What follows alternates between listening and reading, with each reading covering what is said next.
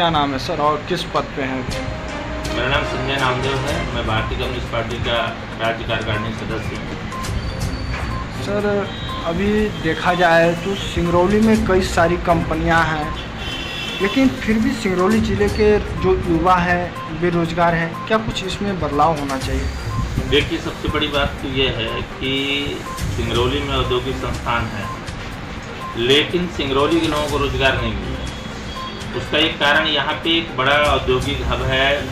नौकरी लगवाने का एक जो उद्योग चल रहा है वो बहुत ही खतरनाक उद्योग चल रहा है। ज़मीनें हमारी जाती हैं, हमारे लोगों की जाती हैं, लेकिन नौकरी करने के लिए बिहार, बंगाल, उड़ीसा, तमाम देश के कोने कोने से लोग आते हैं और लाख रुपया, 1.5 लाख रुपया, 2 लाख रुपया लेकर के लोगों को भर्ती कराया जाता है। बिचौलिए यहाँ के भी हैं, हमारे कुछ सफ़ेद पोशधारी भी हैं, कुछ खाकी वर्दीधारी भी हैं। ये सारे लोग मिल करके एक बड़ा उद्योग चला है। यहाँ का सिंगरौली का युवा एक तो सब कुछ भूमिहीन हो चुका है, उसकी ज़मीनें जा चुकी हैं, घर मकान टूट चुका है, तो वो तो पैसे दे नहीं पाएंगे क्योंकि उनके पास खुद को बचा नहीं है। इसका कारण ये है कि सिंगरौली के नौजवान योग्य होते हुए भी डिग्री डिप्लोमा पढ़ने के बाद ITI पॉलिटेक्निक करने के बावजूद भी दर-दर की ठोकर खा रहे हैं।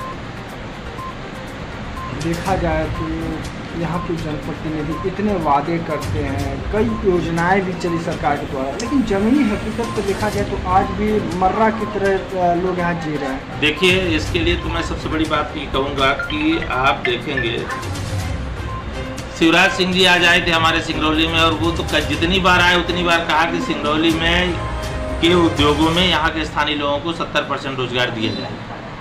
आप मुझे 7% की बात कर दो। कुछ जगहों पर इस तरह हुआ जहाँ हम लोगों ने लड़ाइयाँ लड़ी है, आंदोलन हुआ है, वहाँ कुछ लोगों को रोजगार मिला है, लेकिन अमूमन यहाँ की इंडस्ट्रीज में आप देखेंगे तो 8 से 10% से ज़्यादा यहाँ किसी को रोजगार नहीं मिला सिंगरौली के लोगों को। तो अब ये बताओ, जब एक छोटी सी कहानी आपको सुनाता हूँ, उससे समझ में आ जाएगा। एक गांव का लड़का था, बड़ा उद्दंड था।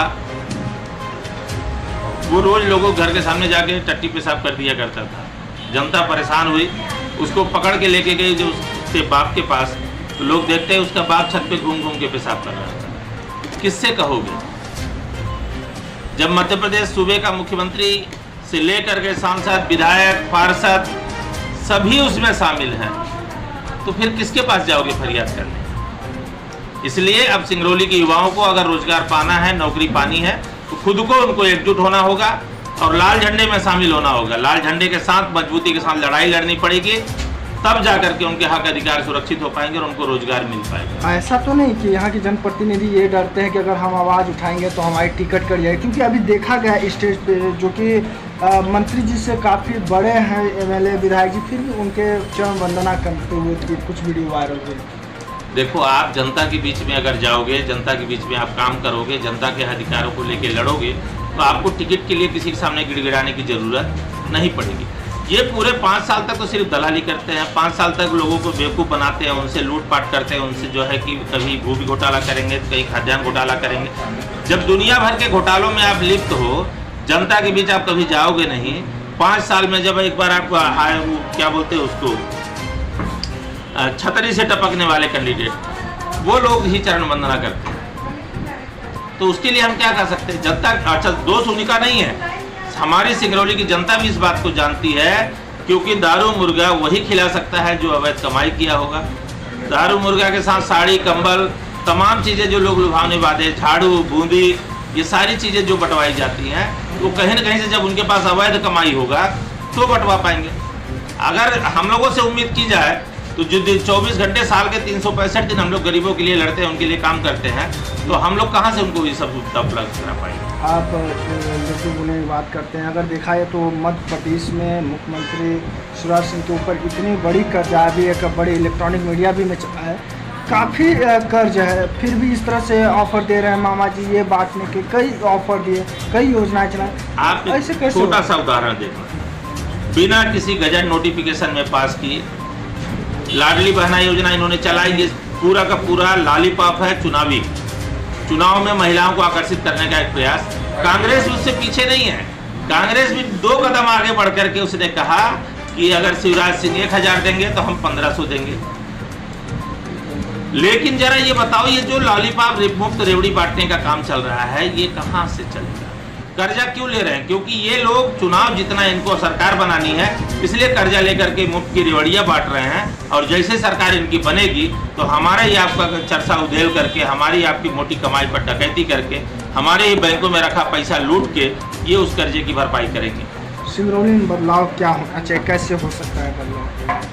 सिंगरौली में बदलाव होगा, उसके लिए सिंगरौली के खास तौर से युवाओं को आगे आना पड़ेगा, पढ़े लिखे लड़कों को आगे आना पड़ेगा, समझदार लोगों को आगे आना पड़ेगा और एकजुट होकर के एक झंडे के नीचे एक साथ मिल करके सिंगरौली के परिवर्तन की लहर लानी पड़ेगी और तभी कुछ जो है हो सकता है, नहीं तो संभव नहीं है। क्योंकि हम, अच्छा आप एक बात बताना, सांप आपके घर में घुस जाए तो आप दौड़ा के मारते हो तो उसकी पूजा करते हो, मारते हो, और वैसी सांप को जब नाग पंचमी का दिन आता है तो आप नाग देवता बना करके दूध और लावा पेश करते हो। तो भैया जब चुनाव आता है तब तो आप उनको दूध और लावा पिला देते हो, 5 साल तक खूब चिल्लाते रहो, क्या फर्क पड़ता है उससे? असल तो इनका फन कुचलने का टाइम चुनाव है, वैलेट है। आप सबको समझने की जरूरत है, सोचने की जरूरत है और चुनाव के द्वारा ही इनको आप सत्ता से बेदखल कर सकते हैं। अपने बीच का प्रतिनिधि लाइए जो आपके बारे में सोच रखता हो, जो आपके बारे में लड़ता हो, जो सिंगरौली को लेकर के चिंतित हो।